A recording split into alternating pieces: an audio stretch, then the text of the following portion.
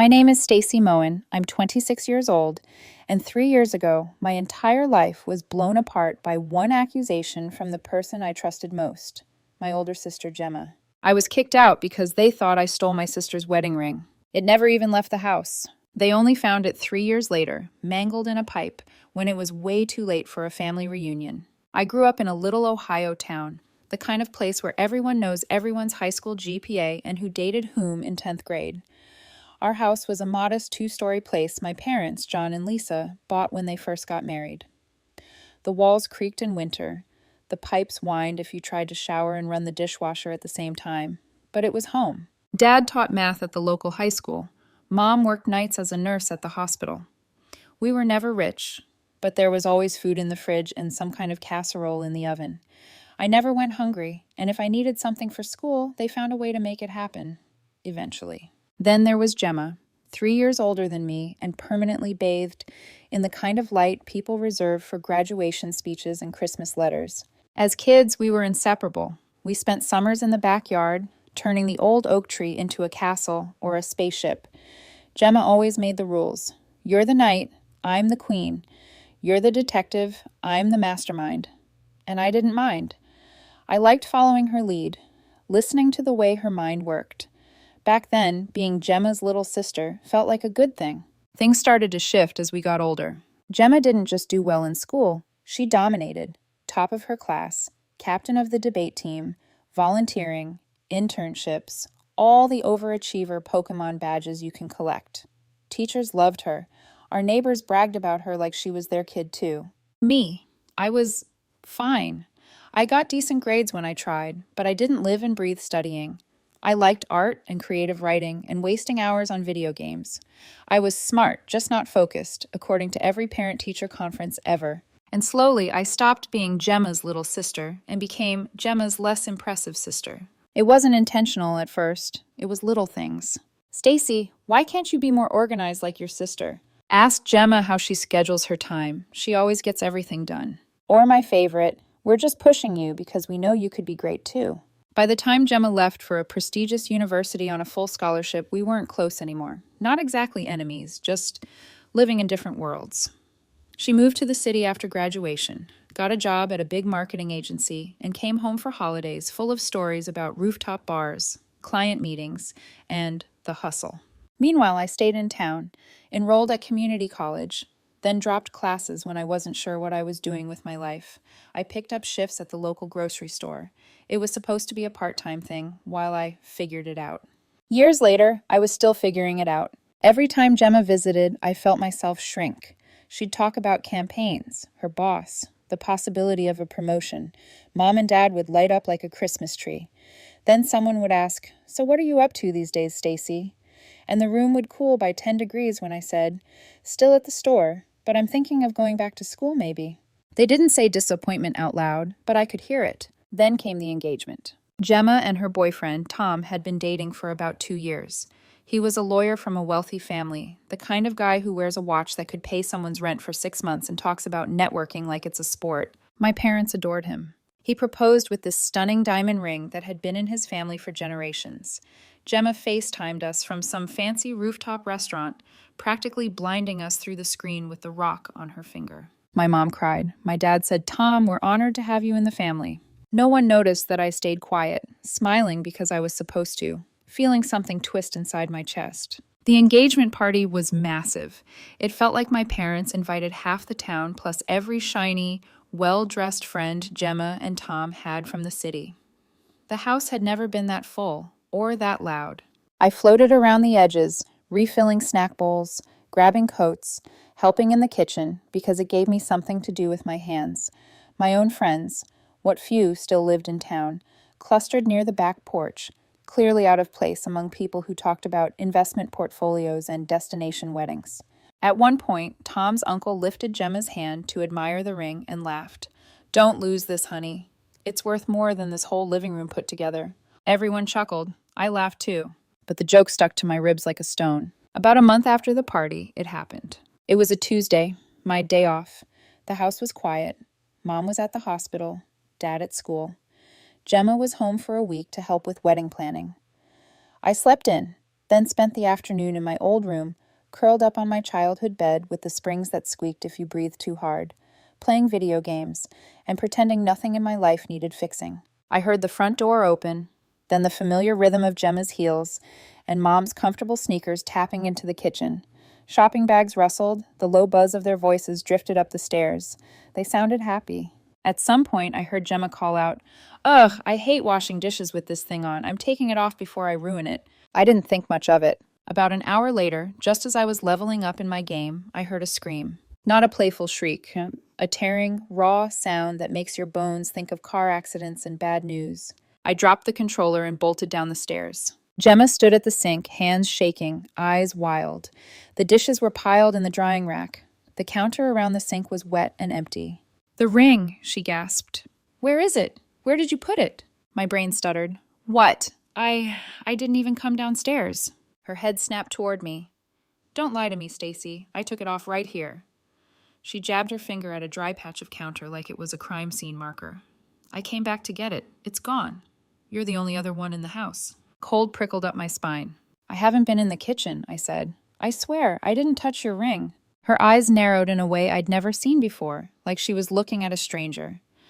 "You've been jealous since the engagement. Everyone sees it. You hate that I'm getting out, that I'm marrying up. You've been stuck here for years, and now suddenly the ring disappears on your day off?"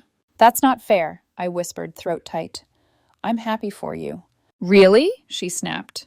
"Because it's funny how my ring vanishes and my little sister who's always complaining about money just happens to be here alone." The word thief wasn't spoken yet, but it was hanging in the air between us, fully formed. My heart started pounding so loudly it drowned out the sound of water still trickling from the faucet. "I didn't take it," I said again, louder this time. "Gemma, look at me. I didn't take your ring." She folded her arms, jaw clenched. "Then where is it, Stacy?" I had no answer. By the time my parents got home, Gemma had a neat, emotionally devastating version of events ready for them. I listened from the living room as she told them how she left the ring by the sink, how she was only gone a few minutes, how she came back and it was gone, and how I was the only person in the house. My mother's eyes filled with tears before she even turned to me. My father's face closed like a door. "Tell us the truth, Stacy," Mom whispered. "Please, we can fix this if you just admit what you did." "I didn't do anything," I said, voice shaking. "I didn't touch it. Check my stuff. Check the whole house." So they did. They searched my room like the police in a TV show, yanking open drawers, tossing my clothes on the floor, checking inside shoes, under my mattress, even in the back of my sketchbooks. They didn't find the ring. What they did find was an envelope tucked inside a shoebox in my closet, my savings, crumpled 20s and 10s, a few 50s. A couple $100 I'd been hoarding from my grocery store shifts, planning to use as a first step back to school. "What's this?" my father asked, holding up the envelope like he'd just found a snake. "My money," I said. "I've been saving for classes, I told you." Gemma's laugh was sharp and humorless. "Oh, come on, Stacy. You expect us to believe you scraped this together stocking shelves? How convenient that you suddenly have cash now." My mother flinched like the sight of the money hurt her. "Did you sell the ring?" she whispered. "Stacy, please tell me you didn't." "I didn't," my voice cracked. "If you think I'd steal from my own sister, you don't know me at all." My father just looked at me, eyes full of a disappointment so heavy it felt like it was pressing me into the floor. "We trusted you," he said quietly. "And now this." The next few days blurred together, long, grinding interrogations that always ended in the same place. "Just admit it, and we won't go to the police." "Where did you pawn it? Do you realize what you've done to this family?" I stopped sleeping. Food turned to dust in my mouth. I felt like a criminal in the only home I'd ever known. When I tried calling the few friends I had left in town, there was always a reason they couldn't talk long. Nobody wanted to be dragged into family drama. After about a week, my parents sat me down at the kitchen table, the same table where we'd eaten spaghetti and laughed at bad TV shows. Now it felt like a courtroom. "We can't live like this," my father said. "We can't trust you. Your sister is getting married, and we need stability, not scandal." My mother's eyes were red and raw. "Maybe, if you move out for a while, everyone can calm down. We need space. You need to think about what you've done." "What I've done?" I repeated, stunned. "I didn't do anything." Dad's expression hardened. "You have 2 days to pack your things." Just like that. 2 days later, I stood in the doorway with a backpack and an old duffel bag. Clothes. my laptop, a few childhood keepsakes I couldn't bring myself to leave behind. My best friend from high school, Ryan, waited in his beat-up car at the curb. He'd just come back from serving in the army and had offered me his couch for a bit. His apartment was tiny. He didn't have much, but he had more kindness than the people whose last name I shared. As I stepped out onto the porch, I glanced up at the second-floor window, Gemma's room. She was there, watching. For a second, I swear I saw something like doubt flicker across her face, like she wasn't sure anymore, like a part of her knew I was telling the truth. But she didn't come downstairs. She didn't open the door. She just let the curtain fall back into place. Walking away from that house felt like walking off the edge of the world. For the next couple of months, my life shrank down to survival.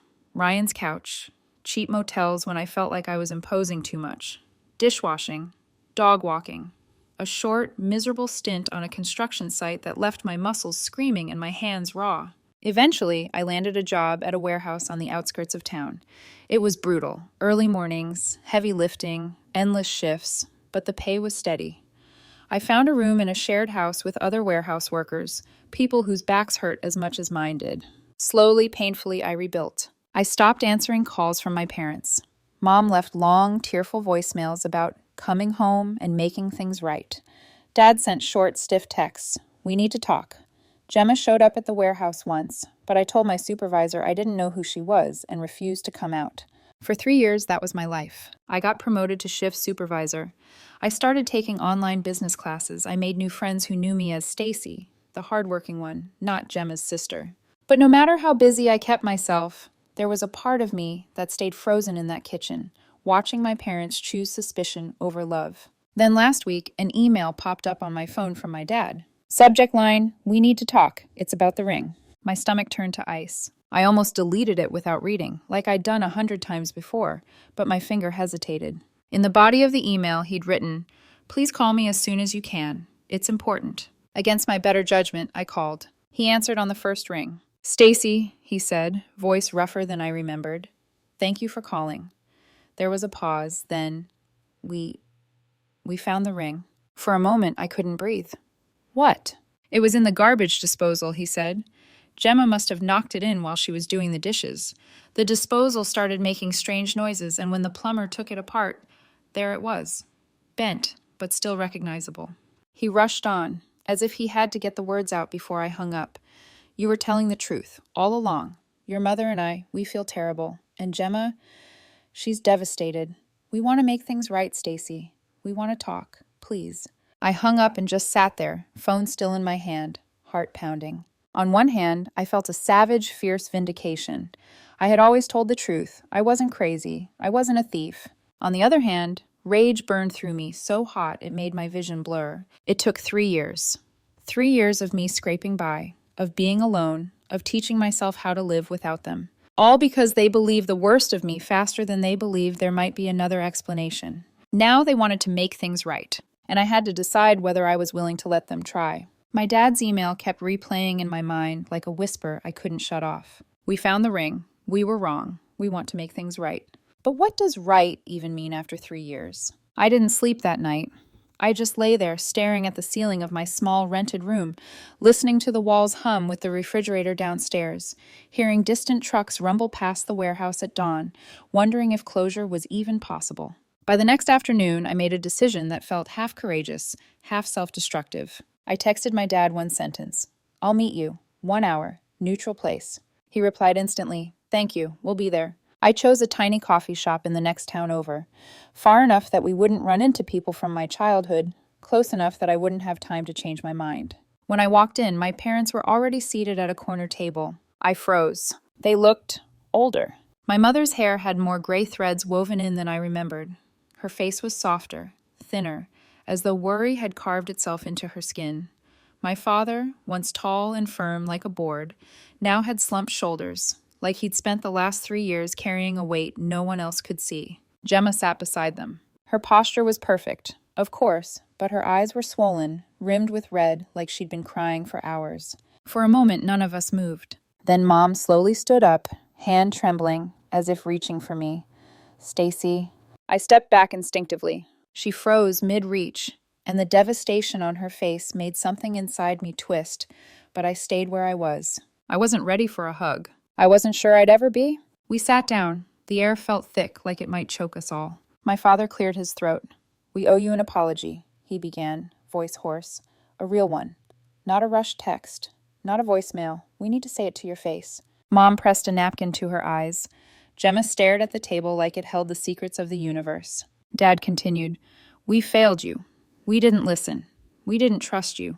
And we didn't give you the benefit of the doubt that a parent should always give their child. My mother let out a shaky breath. We were so scared, she whispered.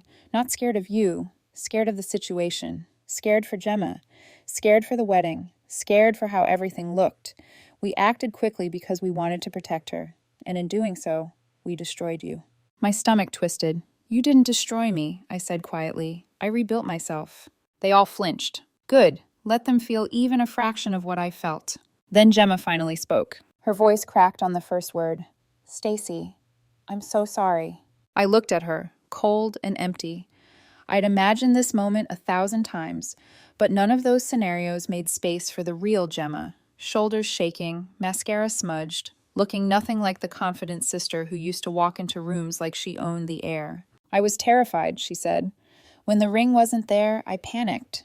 I wasn't thinking logically. I had this voice in my head that said, it has to be someone, and because you were home, I jumped to conclusions. You didn't just jump, I said softly. You leapt. You assumed the worst. You didn't ask. You didn't question. You pointed a finger and let everyone else follow. For a moment, none of us spoke. Then my mother broke down completely. I kept your room the same, she sobbed. Every night I checked the hallway because I thought I heard you coming home. I prayed, literally prayed, that you'd walk through the door and tell us we misunderstood. But time kept passing, and we didn't know how to fix it. My father nodded, throat tight. Pride kept us silent too long. Shame, too. I stared at the 3 people who had once been my entire world, and all I felt was exhaustion. I'm not ready to forgive you, I said firmly. Not today, not next week, maybe not for a long time. Their expressions fell, but no one protested. I've spent 3 years rebuilding my life, alone, because of a lie you all believed without hesitation. We know, Dad whispered. I can't just pretend nothing happened. I can't go back to being your daughter like before. Mom nodded slowly. We understand. I need time, I continued, and space, and boundaries. If I come back into your lives, it has to be on my terms. My father placed his hands flat on the table. Tell us your terms. So I did. I don't want constant calls. I don't want guilt trips. I don't want pressure to move back or start over. If we're rebuilding anything, it's going to be slow. Very slow. My mother wiped her eyes. I can call you once a week. That's it. I promise. That's fine, I said. My father nodded. Email for me. Short ones. Just to check in. Okay. Then I turned to Gemma. I can't talk to you right now, I said bluntly. Not more than a text here and there. I know you want to fix things, but I'm not ready. Gemma swallowed hard. I'll wait, no matter how long it takes. Her voice cracked, but she didn't cry again. She just looked small. For the first time in my life, I realized Gemma wasn't invincible. She wasn't perfect. She was a flawed, frightened human who made a terrible mistake and didn't know how to fix it. It didn't make me forgive her, but it made her real. We ended the meeting awkwardly. No hugs, no promises of dinners or holidays, just a quiet understanding that rebuilding trust would take a long time, if it ever fully happened at all. When I walked out of the coffee shop, I felt strangely weightless. Not lighter, just hollow. As if someone had taken a broom to the inside of my ribcage. On the drive home, I almost cried. Not because I was sad, not because I was angry, but because for the first time in years, I felt the faintest flicker of something fragile and painful. Hope. Not hope for reconciliation yet. Hope for clarity, hope for boundaries, hope for myself. That night, I made another decision, one I should have made long before. The kind that changes everything, not with noise, but with quiet, steady resolve. I pulled up a website I'd bookmarked months earlier, a therapist who specialized in family trauma. My hand trembled slightly as I clicked book appointment. Healing wasn't going to be pretty, or fast, or easy. But for the first time since leaving home, I felt like I was stepping toward something instead of running from it. My first therapy session was awkward. Not dramatic, not tear-filled, just awkward. Like sitting in a room with a stranger who somehow already knew your deepest insecurities existed, even if she didn't know what they were yet. My therapist, Dr. Linton, had a gentle voice and an office filled with warm lamps instead of overhead lights. The kind of place where even silence feels padded. She didn't push, she didn't dig, She just let me talk. And once I started, I couldn't stop. I talked about the ring, the accusations, the night I was forced to leave, the years of silence, the survival jobs, the loneliness. The way betrayal doesn't break you all at once, but in 1,000 tiny cracks that spread through every part of your life. When the session ended, I felt wrung out, like someone had squeezed all the air from my lungs and left me limp. But I also felt something else. Seen. Therapy became a weekly routine, and slowly, painfully, I started to unravel the truth. The ring incident wasn't the root of the pain. It was the explosion. The real damage was buried under years of feeling like the lesser daughter. The afterthought. The she'll figure it out eventually child. I had built an identity around being second place without even realizing it. And once you see that, you can't unsee it. My therapist helped me name things I'd never dared to articulate. Boundaries, trust wounds, emotional invisibility, internalized comparison, family hierarchy. Words that were somehow both clinical and deeply personal. Meanwhile, life kept moving. Work became my grounding place. I threw myself into inventory management, organizing shipments, tracking supplies, and my managers noticed. 3 months after the meeting with my parents, I got a promotion. Not huge, but enough to feel like momentum. My coworkers joked that I ran the shift better than the old supervisor. For once, I believed them. At home, things were steady. Mom called once a week, just like she promised. Those calls were short at first. Weather updates, her night shift stories, little comments about the hospital cafe's terrible coffee.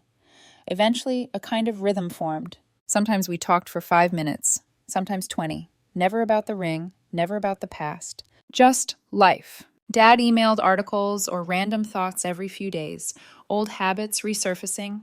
He'd always been the quiet parent, the one who showed affection through gestures instead of words. His emails felt like olive branches, small, delicate attempts to rebuild something fragile. And Gemma texted long paragraphs I rarely responded to. Apologies, updates, memories. Once she wrote, "I still have the stuffed rabbit you gave me when I got my tonsils out. I never told you, but I always kept it." I didn't answer, not because I didn't care, but because I wasn't ready to admit that I did. About 6 months after the coffee shop meeting, something unexpected happened. A recruiter reached out to me. He'd found my resume online and wanted to interview me for a management position at a large logistics company in a city about 2 hours away. The job was a step up, bigger responsibilities, higher pay, real benefits, a chance at a life I'd never imagined for myself 3 years ago. My therapist and I talked about it for an entire session. Sometimes, she said gently, healing isn't about going back. It's about creating a future where the past can't control you anymore. The idea of leaving the town where everything happened terrified me, but staying felt like letting my trauma define the borders of my world. So I applied. I interviewed. I got the offer. When the email arrived, I sat on my bed, staring at the screen, heart pounding like I'd just run a marathon. A new job, a new city, a clean start. I cried, not out of sadness, but out of realization. I made this life, me, by myself. The next day I told my parents. We met again, this time at a casual family diner, the kind of place with sticky menus and booths older than I was. I arrived early, ordered a coffee I didn't drink, and braced myself. They came in together, and I saw the shift before they even sat down. Fear. They were afraid of losing me again. After small talk, I took a deep breath and said, "I got a new job. In Ridgeview City. I'm moving in 2 months." My mother's eyes filled instantly. 2 months? That soon? "It's a great opportunity," I said carefully. "A real one, and I want to take it." My father nodded. "We're proud of you," and he meant it. I saw it in his face. But beneath that pride was grief. They weren't losing me because of a fight.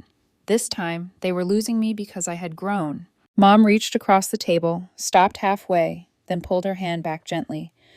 "I wanted more time with you," she whispered, "to fix things, to be your mother again."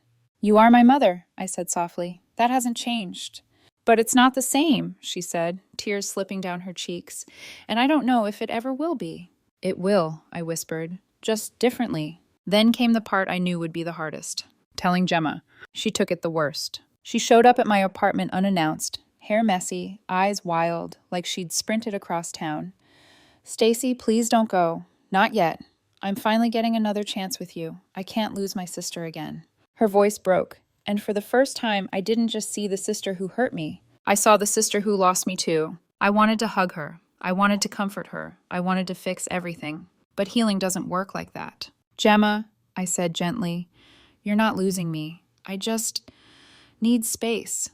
I need a life that isn't built in the shadow of what happened. I'm not running from you. I'm choosing me. She cried. I held the door. She didn't try to push past it. That alone told me things really had changed. The last 6 weeks before the move passed fast. I finished my warehouse job, packed boxes, looked at apartments near my new job, kept going to therapy, replied to Mom's weekly calls, responded to Dad's emails, slowly, cautiously exchanged texts with Gemma. And then moving day arrived. My parents helped load the car. They didn't smother me. They didn't overstep. They just helped, quietly, respectfully. Before I left, my dad hugged me for the first time in years. My mom cried into my shoulder, not hysterically, not guilt-heavy, just softly. Gemma didn't cry. She looked at me with determination. I'll earn you back, she said. No shortcuts, no pressure. I'll earn you back the right way. I believed her. Not blindly, but cautiously, carefully.